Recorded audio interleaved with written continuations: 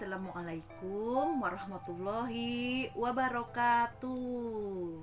Apa kabar sahabat-sahabatku semuanya yang soleh dan solehah, yang baik hatinya, yang cantik dan yang ganteng, yang rajin menabung dan juga tidak sombong, serta rajin sedekah. Semoga hari ini sehat-sehat selalu dan dalam lindungan Allah Subhanahu wa Ta'ala. Dan semoga kita semua berada dalam ridhonya. Amin, amin, amin ya robbal alamin. Dan semoga segala kebaikan dan rahmatnya untuk kita semuanya ya. Amin.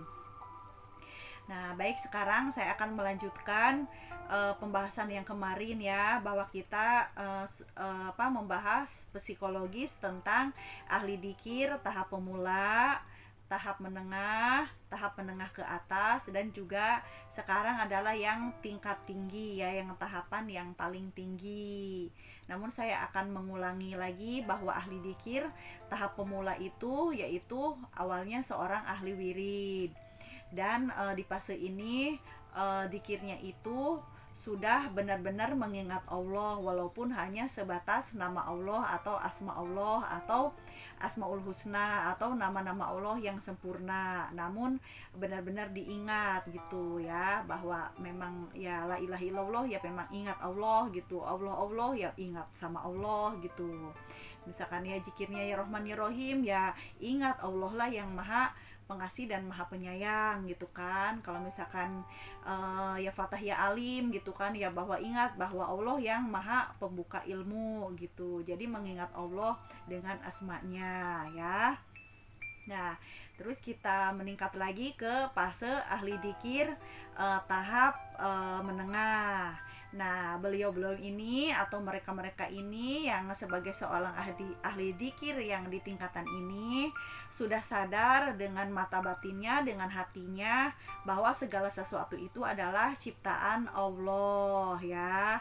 Jadi misalkan melihat pohon, pohon itu ciptaan Allah, melihat binatang, binatang itu ciptaan Allah, melihat manusia yang baik, yang buruk, yang pendosa, yang ahli ibadah, yang ahli dzikir, yang ahli sholat, yang ahli wirid, yang ahli maksiat, yang ahli mabuk, yang apapun, semua itu dalam hatinya ingat bahwa itu adalah ciptaan Allah.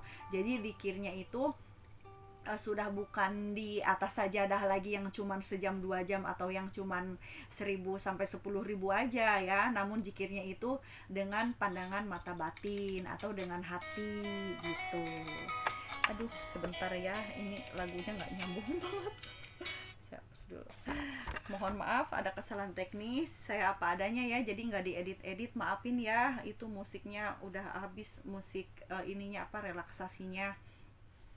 Baik, kita lanjutkan lagi bahwa ahli wirid yang tahap menengah ini kan sudah sadar dengan mata batinnya segala sesuatu itu adalah ciptaan Allah gitu. Jadi zikirnya setiap saat, setiap apa yang dilihat, namun ingat itu dalam hati saja ya. Mengucapkan misalkan lihat terong, misalkan mau dilalap atau mau disayur, terong ini ciptaan Allah gitu kan. Terus misalkan ngelihat makanan yang lainnya, bakso atau mie ayam gitu ataupun apapun gitu kan, walaupun makanan ini sudah diolah, namun ini semua adalah ciptaan Allah gitu kan.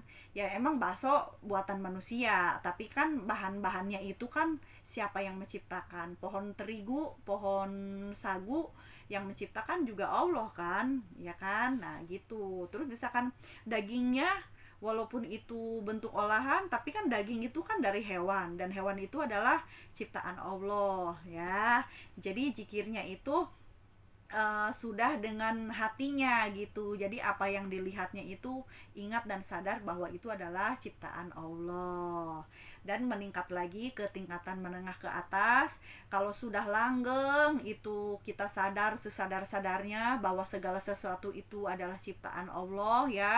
Baik yang sudah diolah ataupun yang mentah, maksudnya yang kayak misalkan pohon aslinya memang itu ciptaan Allah. Kalau misalkan bakso bentuk daging, tapi kan daging olahan, dagingnya kan milik sapi, sapinya juga kan ciptaan Allah gitu ya.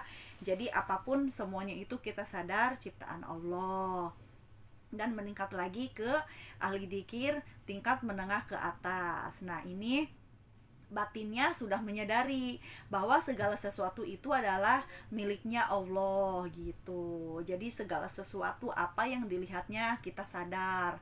Misalkan lihat tumbuhan itu miliknya Allah, lihat binatang atau hewan itu semua miliknya Allah, lihat manusia yang begini yang begitu itu juga miliknya Allah gitu. Kita punya harta benda ini miliknya Allah. Kita punya anak ini milik Allah. Kita punya suami miliknya Allah. Kita punya istri miliknya Allah gitu. Jadi kita punya tetangga yang baik dan yang buruk, yang sopan, yang dermawan, yang baik hatinya, yang tidak sombong gitu kan, atau yang apapun jenis karakter mereka itu, semua itu mereka adalah miliknya Allah. Namun ahli dzikir di tingkatan ini mereka mengingat Allah itu dengan hatinya, jadi tidak diucapkan ya. Jadi tidak murah untuk mengucapkan miliknya Allah untuk bahan keegoisan, jangan ya. Memang ada nanti kita bahas lah itu, nanti kita bahas ada fase-fase seperti itu ya, tapi itu pembahasannya psikologis yang beda judul lagi ya, karena perjalanan masih panjang gitu kan, jadi ya sedikit-sedikit yang penting mudah difahami ya. Nah, sekarang kita lanjut ke ahli dzikir yang tingkatan tinggi, bahwa psikologis ahli dzikir tingkatan tinggi ini sudah berada di tahapan menjadi ahli syuhud ya. Itulah ahli dzikir yang paling tinggi, yaitu menjadi ahli syuhud. Ahli syuhud ini yang sudah belajar ilmu pengenalan diri, ilmu mengenal Allah atau ma'rifatullah, yang sudah mengenal Allah, yang sudah sampai kepada Allah, menjadi ahli syuhud. Itulah psikologis ahli dzikir tingkatan yang tertinggi, menjadi ahli syuhud.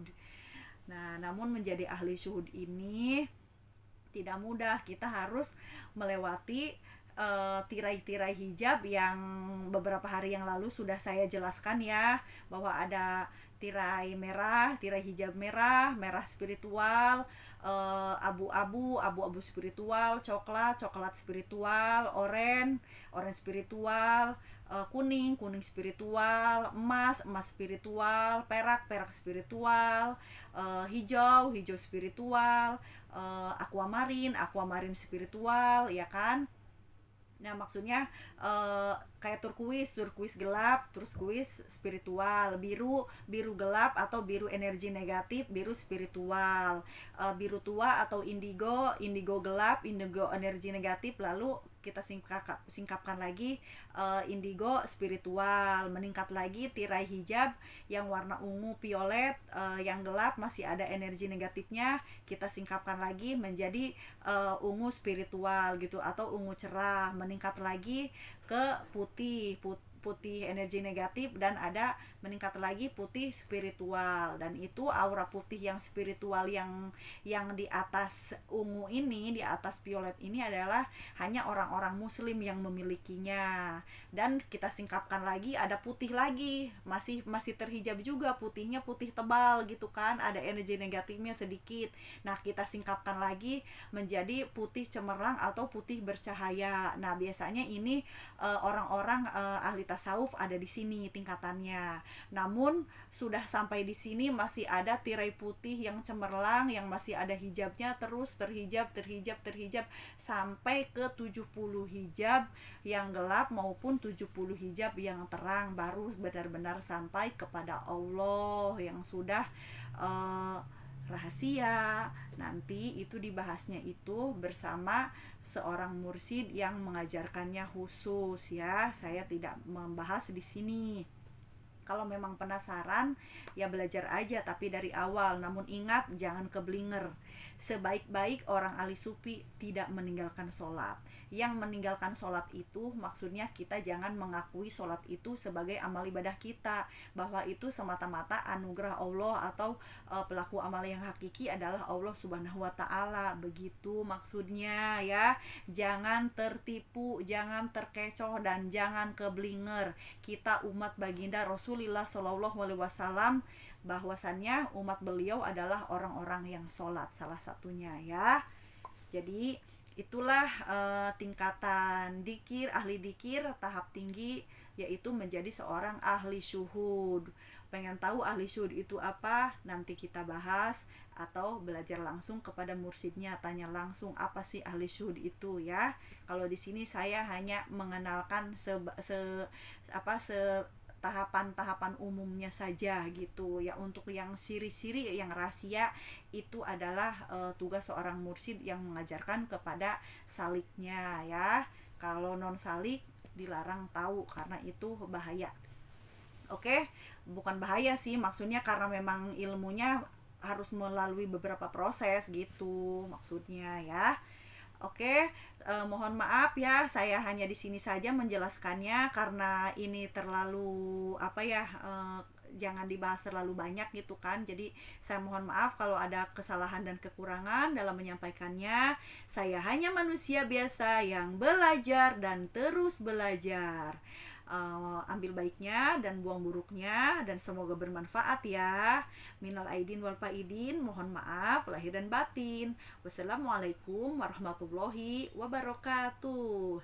Semoga kita semua digolongkan ke dalam orang-orang yang bertauhid kepada Allah Subhanahu wa Ta'ala. Amin.